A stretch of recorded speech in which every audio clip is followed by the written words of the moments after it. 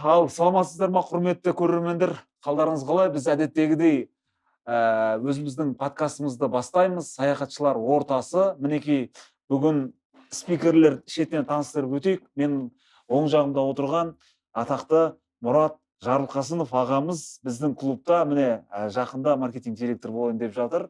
Мұрат Жарылқасынов ағамыз. Міне одан ары қарай Нұрман Мурзин, региональный директор. Ары қарай біздің Тәкең Павел Ли, білесіздер, танисыздар, менің есімім Жалын. Ал енді қош келдіңіздер. Мұрат аға, өзіңізден бастайық.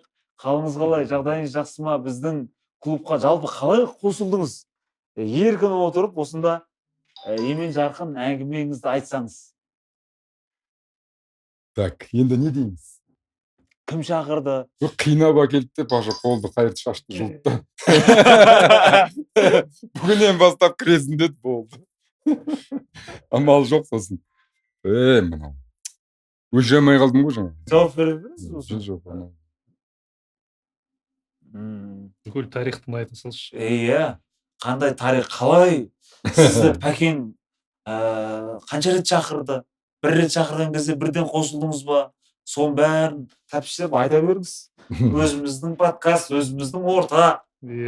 Айып етпеңдер. Енді бәрі әзілі ғой. Әзілін жарас атаң ойна дейді. Бұл жерде атамыз енді Павел Ли болып тұр. Сақалы жоқ болса да шаша қарыпты. Енді инкрузқа барған уақытымыз өзі керемет. Қаңтардың 27-сі ұмытылмайтын уақыт. Оның бәріне себепкер болған Павел. Енді Павелді жас кезінен білеміз. Музыкамен енді айналысып, сөйтіп, жаңағы ортамызда бір ініміз бар еді. Марқұм қайтыс болып кетті, Берік деген. Досы. Екеуі жан жолдас, бірге араласып. Сол тоқырау заманда жаңағы дискотека, ночной клубтың жаманы бізде қылшылдап жарып жаспыз ол кезде. Сол кезде Павелмен танысып, бұл клавиш алып $2,500. Ол кезде $2,500. Үлкен ақша ғой, қазір $25,000 ма, $50,000 несі болса, қарасаң да сондай ақша. Сөйтіп сол кезде башаны білгенбіз, кейін енді Алланың қалауы шығар, Павел кәдімгідей атақты, талай әншілерді жұлдыз қылды, көмектесті, кәдімгідей соған бір себеп болды, әндерін жазды, біраз жігіттердің, қыздардың енді бәрі көріп отыр ғой, жасыратын. Өзінің еңбегі. Сөйтіп бір күні мынау жаңағы пандемия енді болып деп жаңағы далаға шығып терлеп кетіп жаңағы күн шығып тұр, әпеден далаға шықсам, Павел тұр алдымда. Сөйтсем біздің дәл есіктің алдында мәжінәсімен келіп жаңағы BMW центр болған, сол көлігі бар екен, ол кезде BMW міне жүрген, X5 кажется. Сосын, Паша десем, Мұрат аға деп жүгіріп келді, екеуміз шақтасып, амандасып, сол жерде Павел айтты бәрін. Не істеп жатсың? Да, осы қазір музыканы қойдым. Қалай қойдың? Сол қазір мына инкруз деген естіңіз ба деп. Білмейді, қаяқтағы инкруз не тұра тұршы, музыкаңды не қойдың сен? Сондай аранжировщин мықты, сондай білімді, дарынды, сондай музыкантсың. Әніңді қалай жазасың? Ты что деп жаңағы. Сөйтсем, жаңағы қазір енді уақыт келді, бірақ мына инкруз жайында қайтадан инкрузға келіп айта береді. Мен тұрамын да, тұра тұршы инкруз, сен одан да айтсам. Сосын оны кейін өзім айтып берем деді. Себеп бар деді. Бірақ нем жұмыс істеп жатыр деді. Аранжировка, ән жинап өңдейтін өзінің студиясы жұмыс істеп жатыр, жігіттер нетіп жатыр, бірақ соны бәрін қарап контролировать етемін деп. Жұмыстамын ғой, бірақ онша бара бермеймін. Инкруз деп, тағы инкруз дейді.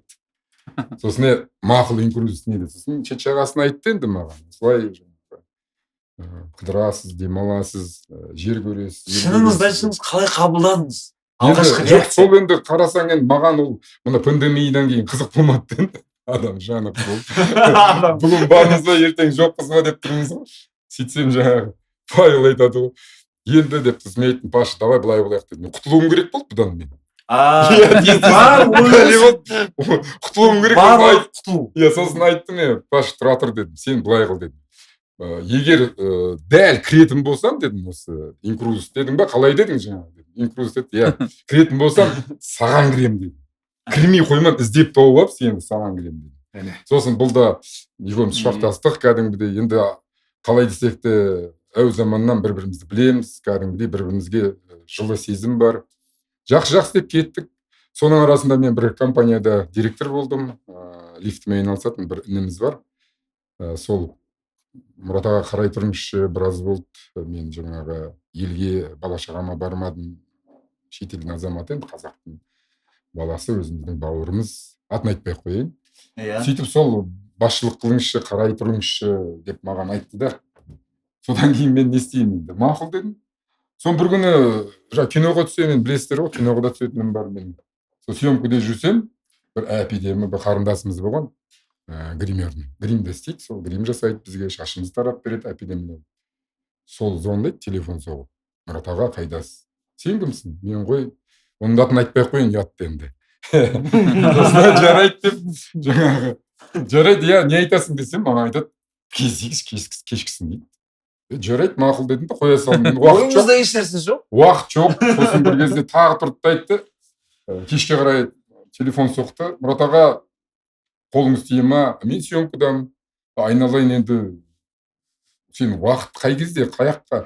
Мынандай кафеде келіңіз деді. Мен тағы бара алмадым ана. Енді қол тимейді, нетпейді. Бір кезде телефон соқты маған. Ертеңгісін. Сосын айтты, Мұрат аға, енді бір кездесейікші. Сізбен бір сөйлесетін әңгіме бар. Сосын ойладым, мен айналайын, не болды? Ашық айтшы. Жұлдыз болған. Не болады? Көмек керек па? Я, не керек па? Аға келсеңші, дастархан жаям, өзіме бір қыдырайық, билейік, туда сондай әңгіме кетті. Бір кезде сен былай қыл дедім. Мен жас бала емеспін саған. Не болса да ашық айт дедім. Күліп та чай жейміз, маған кофе ішеміз. Ол не әңгіме дедім да. Ашық айт десем, жарайды аға, сіз қолыңыз тимейді ғой, айтайыншы, бірақ оны кездескенде айту керек еді дейді. Ой, мынау не білдірейін деп тұр дедім. Сөйтті де. Адамды қорқытып. Иә, сосын тұрды айтты. Инкрузес деген естідің бе деп. Бірден анда шапалақпен ұрғандай болды маған ше. Енді деп зорға құтылған кезім мына Павелдан жаңағы. Сөйтсем жаңағы маған инкрузес айтып тұр ғой. Сосын айттым, айналайын дедім. Маған сен инкрузес айтпа дедім. Мен Пашаның артына кіріп ағамын дедім. Павелді білесің, ойбай, Павелді білеміз. Жалко өте. Бірақ Павел өте мықты кісі. Ол күшті сондай не директор. Ол қалай, бірақ сонда да менің артымнан кіруіміз керек еді деді. Сосын енді ренжімеді, мен Павелдің артынан кіріп қойдым ғой, болды дедім. Сөйтіп деп анадан құтылдым. Трубканы қойдым, кабинетте отырмын. Ішімнен ой кетті. Бұл не инкрузес бәле болды ғой. Мана қыз айтып жатыр, қоймайды. Павел анада айтып кетті. Не істеймін? Бұл бір сигнал ғой. Сол кезде бір ой туды басыма. Құдайға шүкір, әйтеуір балам, келінім, енді олар шетелге жиі барады, қыдырады. Енді біз жұмыстамыз, кинодамыз. Енді барып жүрік қой, бірақ мынада қызығы, бұл жай барғаннан саяхаттап, кемемен, лайнермен қыдырған бөлек қой деген ой келді маған. Әне. Бірден Гуглға алдым да, үлкен телевизор, тұр кабинетте, отырым креслода, қосында пультпен инкрузес деп жаздым, шықты бір кезде, қарасам, анау деген, не деген, кеме анау. Қаншама қабат анау, құдай біледі. Сосын тұрдым да, Пашаны тердім де телефоннан. Паш, қайдасың? Қалайсың дедім. Тұрды да, Мұрат аға, жақсы, мәке, анау деді. Сен, мен давай кабинетке келші маған, мен Гоголя 21-ден офисім, давай кел дедім. Болды да келе қалды. Сөйтіп сосын менен не істеймін енді? Құдама звондадым. Құдамның атын айтуға болады, Қайрат. Қайратқа звондадым, Қареке, қайдасыз? Үйдемін деді. Үй жақын как раз. Зеленый базардың маңы. Сен келсейші, бері қарай бір әңгіме бар. Сосын сөйлесеміз. Енді ол құдасы звондап тұрғасын, бүкіл жұмысын тастады да келді. Паша да келе қалды. Сосын кабинет шай қойдық. Әдемілеп тұрып, зорда шай ішіп отырып, Паша бізге түсіндірді. Бұл не екенін, қалай екенін. Сол кезде мен енді кәдімгідей қызыққаным, шынымен де неге жылына бір рет сүйікті жаңа келіншегіңді алып бала шағаңмен, ағайын туғаныңмен қыдырмасқа деген. Әне. Сосын мен мынаны ойладым, енді анамыз алтауымызды жеткізді, оқытты. біраз жерге дейін апарды. Сол кісінің арқасында адам болдық бәрімізді. Не ішем, не кием деген жоқпыз. Сосын енді о заманда олар не көрді? Ештеңе көрген жоқ. Сосын мен мамамды, анашымды сол лайнерге апарып көрсетіп қыдыртам дедім. Өзіме сөз бердім. Тамаша. Бармасам болмайды дедім. Дүние қараңғаса да мен мамамды апарам дедім. Сосын барып, мамама енді ештеңе деген жоқпын. Кіріп алдық башаға, бірден бизнесқа кірем дедім мен. Бұл кісі айтты енді, Мұрат аға, өзіңіз қараңыз деді, өз еркіңіз деді. Бизнеске кіресіз бе, әлде жай клиент боласыз ба, өзіңізге жинайсыз, 5-6 айдан кейін демаласыз. Ал егер бизнесқа кірсеңіз, оп-оңай жаңағы 5 адамыңызды, ағайын туған бар, жан жақта дос жора бар, айналып жүрген. Өзіңізбен бір өзіңіз бармайтын шығарсыз мүмкін. Сыныптастарыңызды, группаластарыңызды, бірге жүрген ұжымдастарыңызды, ағайын туғаныңызды, құдаларыңызды деген сияқты. Соны ой кетті. Қайрат құдам жанымда тұр. Ол да мен де кірем деді бір кезде. Сөйтіп ол менің артымнан кірді. Сөйтіп дем арасында 5 адамға сарт етіп бір жетінің ішінде 5 адам кірді де 50% жеңілдікпен біз қаңтардың 27-сінде Құдай қалап 11 адам құдаларыммен кеттік. Ақтаудың сосын інім бар, Жалғас деген, Гаухар деген келіншегімен, кішкентай ұлыммен.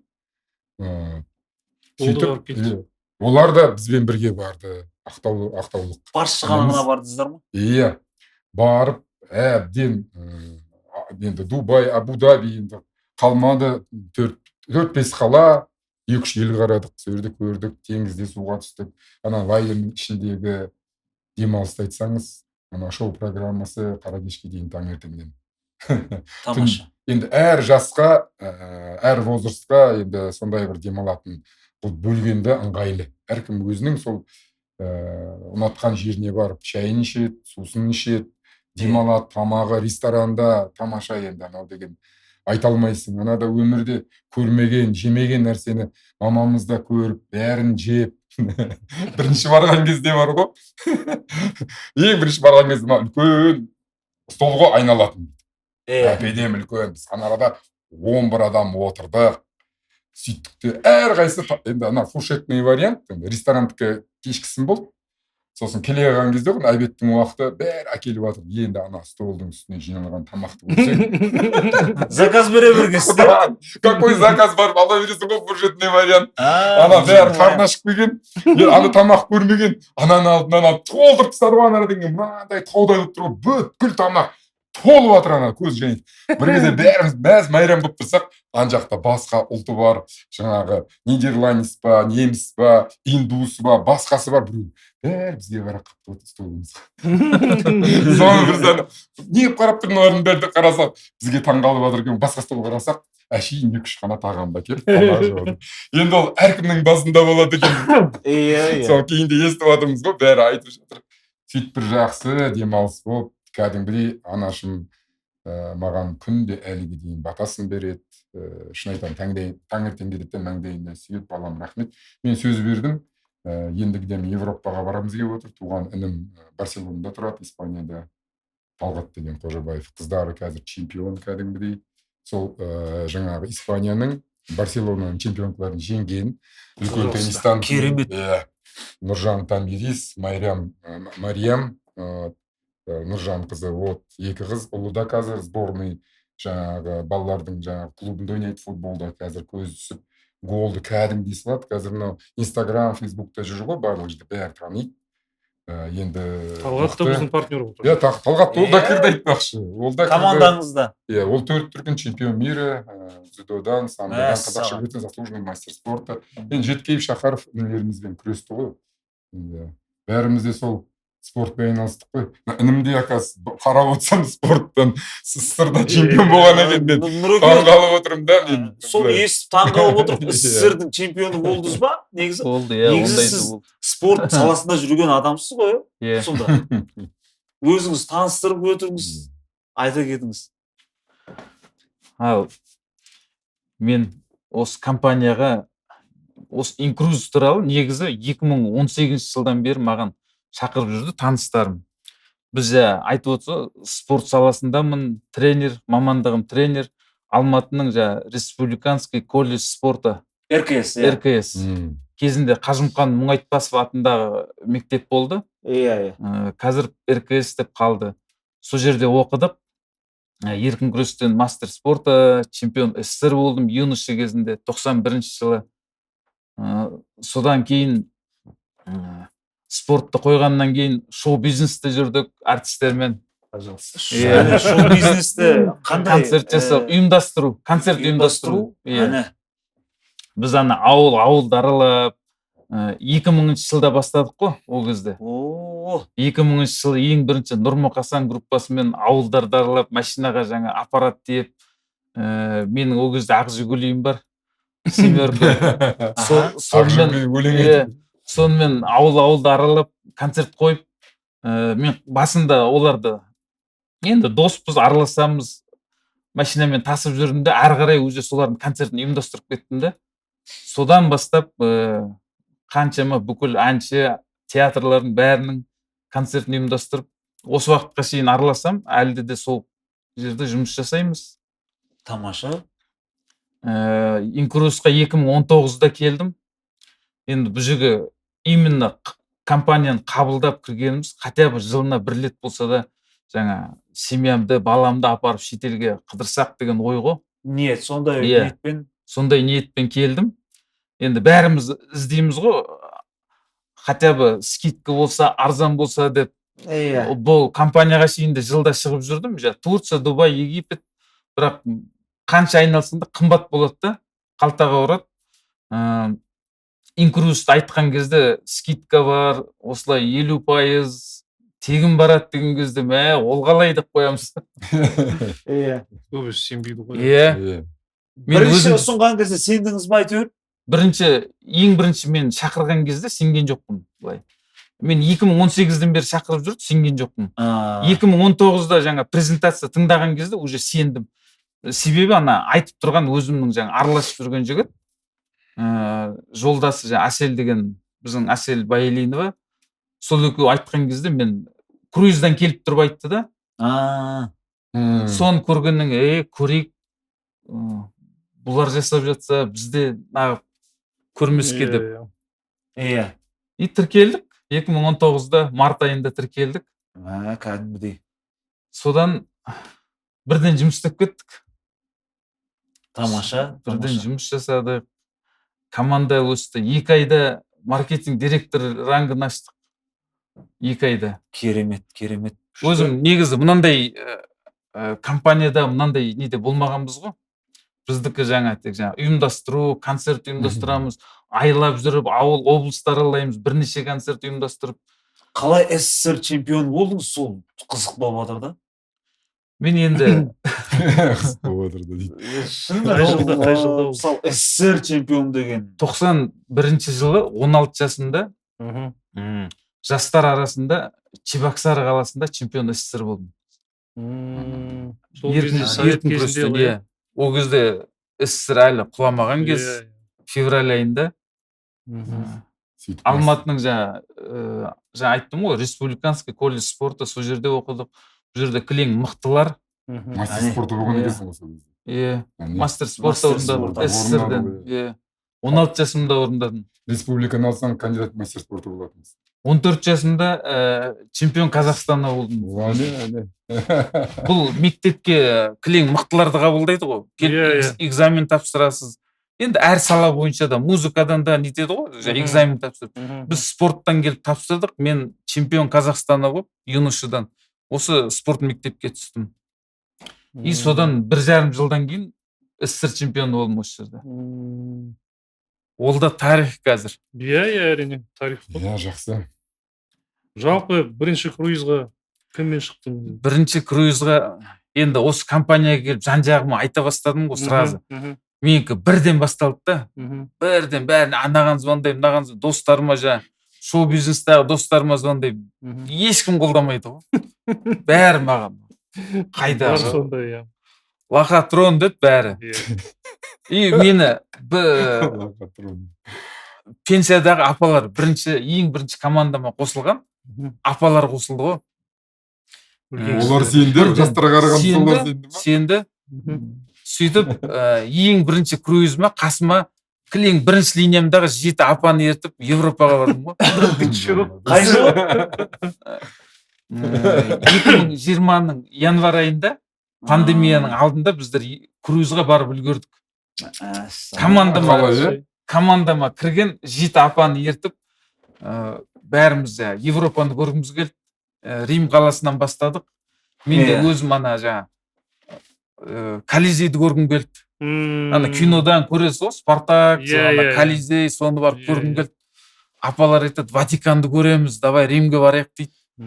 Сөйтіп круиз компанияға кірдік те 5 айдан кейін круиз сатып алдық. 5 айдан кейін круиз сатып алдық.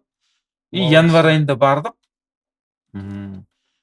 Италия, Испания, Франция, Мальта мемлекетін 7 күнде 4 мемлекет 6 қаланы аралап келдік қой. Біз круиздан келдік, біз келгеннен кейін уже февральдың аяғы пандемия басталды. Сөйтіп 2 жылға ешқайда шықпай, бірақ жұмысты тоқтатқан жоқпыз. Жалпы қанша круиз болды сенде? Жалпы 5 жылдың ішінде 8 круизге барып келдім. Ең бірінші ана нені айтып бермедің ба, лайнерға көрген кездегі сырттан? Ана апайлар таңдаған шығар. Таңғалыстан ана көрген көрініс. Маған жаңа апалар басында айтты ғой, бір рет сені қолдаймыз, ары қарай бізді мазалама деген ғой. Енді бәріміз лайнерге келіп бірінші рет кіріп тұрып қой, 20 этажды лайнер ішіне кіріп неткеннен кейін апалар айтады ғой, неге бұны біздің балаларымыз көрмейді, неге туыстарымызды әкелмейміз деп. Ешқайсысы кеткен жоқ. Келгеннен кейін бәрі қалды. Міне сол апалардың бәрі 5 круизға барып келді ғой. И жаңа менімен бірінші 7 апа круизге барған, бәрі Америкаға 10 жылға виза алды. Бәріміз Америкаға 10 жылға виза алдық. Молодец. Америкаға өзіңіз де барып қайттыңыз ба? Осы 8-ші круизімізді Америка, Мексика, Багама елдеріне барып келдік. Сол командаңыз болды ма? Сол бірінші барған апалардың ішінен 3-і барды. 3-і менімен барды. Америкаға виза алдыңыз? Виза алдық. Негізі 8 адам болып бардық Америкаға. Сол бірінші барған апалардың 3-і барды ғой менімен. Тоже командамен барып келдім. Бұл жолы уже жолдасым, ұлымды ертіп алдым. Тамаша. Осы 24-ші жылдың июль айында 24 күн жүріп келдік. Америкаға бару шынымен негізі көп адамның арманы ғой. Америкаға қалай болды? Қызықтар болса бөлісе отырыңыз. Енді көбісі армандайды ғой, барсам Америка дейді. Енді менде ондай қатты арман болған жоқ Америкаға барым деп. Бәрі оңай, өзімен өзі визаға тапсырдық, алдық, бәрі жеңіл. Билет сатып алдық. Билет сатып алдық. Жаңа виза алған кезде мынандай бәрі қуанады ғой, бізде виза алдық, 10 жылға қуанып жатыр. Инстаграмға салам ғой, мен скоро Америкаға барам деп. Сол кезде Америкада біздің бір туыс қарындасымыз бар, туысқан. Сол көріп звондайды ғой, құттықтаймын осылай. Мен осы келесі жылы бұйыртса күйеуге шығайын деп жатыр, мен тойма келіңдер дейді ғой. Америкаға тойға келіп. Саған өзі бәрі. Бұйырып тұрған екен. Солай бұйырып. Сосын айтты, жарайды онда тойдың уақытын белгілегеннен кейін хабарлас, айт дедім. Мен сол кезге круиз алам дедім. Два зайца дейсің ғой. Сразу круизді де барайын, Американың тойында көрейін деп жаңа. Бір оқпен екі қоян. Оған айтпадың ба, сен круизға кір, сосын лайнердің ішінде тойнайық. Сосын жаңа күнін белгілеп айтты, біз круиз сатып алдық. Барып қайттыңдар ма? Барып тойға бардық қой. Сол барған кезде ол кісі Лос-Анджелесте тұрады. Жаңа қарындас Лос-Анджелесте. Мен круизді Майамиден алдым да, мен жаңа Мексика, Багамы жаңа аралдарын аралағым келді. Круизді Майамиден таңдадым. И самолетке билетті Алматы, Катар, Майами туда обратно алып қойдым. Сосын Майамиден Лос-Анджелеске билет алдым. Майамиге ұшып келіп, 4 сағаттан кейін мен неге Лос-Анджелеске ұшып кетуім керек сразу.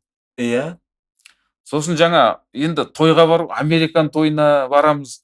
Сөйтіп мұнан дайындалып, жаңа костюм шалбар сатып алып Алматыдан, жаңа туфли алып, киімнің бәрін жаңалап Американ тойына барамыз деп бардық қой. Әбден дайындалыпсыз ғой. Әбден дайындалып Майамиге брендовый киімдер алыпты. Майамиге ұшып келем. Ұшып келгеннен кейін жаңа пока ана проверканы өттік, сөйтіп өтіп жаңа чемоданымды алайын десем, менің чемоданым жоқ қой. Чемодан жоқ? Чемоданым жоқ. Таппаймыз ғой.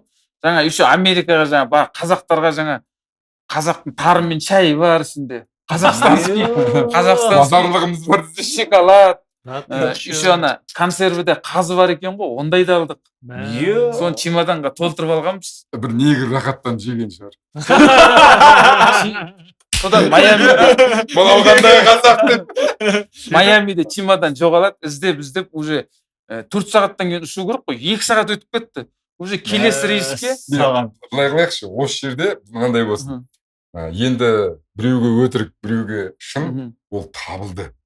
Табылды қыласылайық. Әдемі концовка болады. Вообще киноны түсірген кезде концовкасы сондай бір настроениемен жақсы болса, табылды, кейін болды, табылды. Соны айтшы. Сен сол жерден жалғастырыңызшы, қалай? Табылған. Енді жаңа чемодан жоқ қой, уже келесі Лос-Анджелеске рейс объявлять етіп жатыр. Соған алдық та ұшып кеттік. Енді документ қолда, қалтада. Өзім шорты футболкамен жүрмін. Қалай? Енді бара жатқанда жаңа енді шетелге барасың, ол жақтың бәрі енді қымбат, тем более Америка қымбат қой. Жаңа қарындасқа айтамын ғой, бір арзандырақ үй дайындап қой, жаңа бір квартира дайындап қой деп. Сөйтіп Лос-Анджелеске ұшып келем ғой. Ұшып келсек, жаңағы бізді күтіп алады. Киім жоқ. Киім жоқ, чемодан жоқ. Шортимен жүрсің? Шорты футболкамен. Шортимен Мен өзім шорты футболкамен Америкаға келіп тұрмын. Қолымда паспортым қолымда ғой, әйтеуір. Телефон, паспорт қолда. Документ бар әйтеуір. Документ бар самылы. Сөйтіп Лос-Анджелесте күтіп алады. Жаңа айтқам ғой, біз кішкентай бір үй дайындап қой деп. Тойға 5 адам келеттік негізі. Сөйтіп келсек, жаңа бізді күтіп алған адам бір коттеджный городокқа алып келеді. Машинамен алып коттеджный 3 этажды коттеджный домдар ішіне келдік. Сөйтсек, бірінші этажы 2 машинаға гараж, екінші этажы зал мен кухня, студия. Сіз үшін жалдап қойған ба? Мен үшін дайындап қойған ғой жаңа. Құдай, қарындас бізді келеді деп, кәдімгідей 3 этажды коттедж дайындап қойыпты ғой. Дұрыс қой, молодец деген. Алыстан келеді. Ана жерде бассейні бар, жакузи бар. 7 күн Лос-Анджелесте болдық қой, 7 күн жаңа машина біздің қасымызда. Қайда барасың, жаңа Голливудқа, бірақ шортимен жүрсің. Жоқ, ол бірінші күн шортимен бірінші күн жүріп. Тойдан 1 күн бұрын бардық қой. Енді тойға шортимен бармаймын ғой. Ертеңіне барып, магазинге барып, қайтадан Лос-Анджелестен екінші рет костюм шалып алып. Күйген дүние күйіп кетсін. Мен ана чемоданмен ол кезде қоштастым. Кәдімгідей бітті қоштастым. Жоғалды деп вообще. Жаңа бір қыз айтады ғой сол жерде. Жалко емес па дейді да, тоже Қазақстаннан ұшып келген қыз, жалко емес па дейді. Айтам, мен солай болу керек шығар, кетті енді. Иә. И барып ертеңіне жаңа Лос-Анджелестің магазиніне бардық. Жаңадан қайтадан костюм шалбар, туфли, көйлек бәрін сатып алып тойға бардық. Жаңа туысқанымыздың несі өзінің әке-шешесі келе алмады, олар виза ала алмады. Туысқан жағынан тек мен ғана бардым да. Мен мамасы жағынан туысқанмын. Нағашы жағы ғой. Нағашысым ғой. Мен бардым, мен 5 адам бардық қой. Мен бажам, балдызым, ұлым, енеміз барды да тойға. 70 жаста енеміз барды. Мықты. Енді Американ тойын кинода көретін едік қой. Далада, поляда церемония болып жатады. Тура сондай далада гольф клуб, территория андай. Сол жерде бізге ең бірінші туысқан деп, ең алдыңғы рядтан бізге орын дайындап қойған, алдында отыр. Далада 30 кәдімгі. Далада отырған жерде. Церемония болмады. Церемония Церемония қазақша болады деп ойладым. Кинодағыдай келіп бәрі жаңа. Сосын мужем и женой деді ма? Құдалар қай жақтан? Құдалар американецтер. Сол Лос-Анджелестің жергілікті тұрғын екен, американец. Айтпақшы, ағылшынша сөйледің бе бірдеңе? Менің ұлым ағылшынша сөйлейді. Жақсы. Переводчик. Ұлым жаңа IT университетінің 2-ші курсында ағылшын жақсы біледі. Қасымызда переводчик болып жүр ғой, бәрін. Бірдеңе десе, не дейді ұлымызға? Не деп жатыр деп қоясың. Содан жаңа бізде жаңа тойда сразу басталып кетеді ғой. Оларда сағат 5-те церемония басталды. 2 сағат оларда фотосессия, қонақтар тұрып алып жаңағыдай далада фуршет отырып әңгіме айтып 2 сағат. I'm fine, анау Сосын сағат 7-де ресторанның есігін ашты да, өздерінің ұйымдастырушылар бар ғой. Ресторанға кіріңдер, заходим деп кірдік. Кірсек осылай. Столдар, бірінші кірген кезде ресторанда кәдімгідей не тұр? Мынандай қағазға аты жөніңді жаңа Нұрман Мурзин, столдың номері осындай. И балықтың суреті, сиырдың суреті. Бұл жердің бір қызығы тойға бармай тұрып, WhatsApp-қа не жіберді жаңа. Тойға келген кезде қандай тамақ жейсің деп. Тойға дейін барып сонда. Онысы да жақсы екен. Мықты. Заказ бересің дейсің. Заказ бересің тойға. Қандай тамақ жейтініңді. Сосын біздік сияқты үйіп қоймайды екен. Тек сол берген тамағыңды бір второй и бір салат әкеліп береді. Сол ғана басқа тамақ жоқ. Сол қағазда өзің атың таңдап тауып алып, өзің столыңа номерге келіп отырдық. Стол пустой. Сол келіп отырғаннан кейін қағазыңды қоясың. Сол кезде ғана официант келіп, сен столыңа қарайды да, мына сиырдың суреті, говядина стейк береді, қасымдағылар балық беріп жатыр, оларға балықтан стейк беріп жатыр. Сондай бір ерекшеліктер бар екен. 50 грамм ішетіндерге 50 грамм бере ме екен? Ана ішетіндер безлимит. Су, соқ безлимит. Сосын тойдың соңында жаңа алкогольді айтып отыр. Торт пен шай әкелді. Сол тойдың ортасында жаңа олардың несі бар екен, бізде де жасайды ғой. Невеста өзінің әкесімен билейді екен. Соған жаңа әкесі деп мені шақырып, әкесінің орнына мен жаңа қарындаспен жаңа вальс биледім. Абыройын көтеріпсің, қарындасың. Оңыме жоқ. Мықты. Америкаға барып. Сөйтіп арасында жаңа не болды? Қазақша әндер қойды жаңа. Қызылөрікті қойды жаңа. Американецтерді Қызылөрікке де билетті. Біраз 10 шақты қазақша әндер қойылды ішінде. Содан той бітті, жаңа 7 күн Лос-Анджелесте қыдырып жүріп, бізді жаңа күйеу бала машинамен қыдырады, жаңа Голливудты көрдік, жаңа Аллея звезды көрдік, Беверли Хиллз деген жаңа бір кілең актер, атақты жер бар екен ғой. Сол жаққа апарды, жаңа Тихий океанға апарды. В общем, қайда барамыз, не көреміз дейді. В общем, 7 күн. Мен басында ойлаған ғой, енді Америкаға бар қымбаттау болып кетеді, жаңа деп, жаңа үйді де айттым ғой, жаңа чтоб қатты қымбат болмасын деп. Бір тиын шыққан жоқ ғой. Америкада 7 күн жүрдім. 7 күн жаңа үйді бізді өздері құдалар дайындап қойған. Машинамен алып жүр, таксиге вообще ақша шыққан жоқ. Шығын жоқ десеңші. Шығын болған жоқ Лос-Анджелесте. Құдалар үйіне шақырып, тоянан бердім қайттым десеңші. Құдалардың күйеу баланың әкесі үйіне шақырды қонаққа. Олардың үйінде бір күн қонақта болдық. Сосын күйеу баланың үйінде қонақта болдық жаңа. Тамаша. Базар жоқ.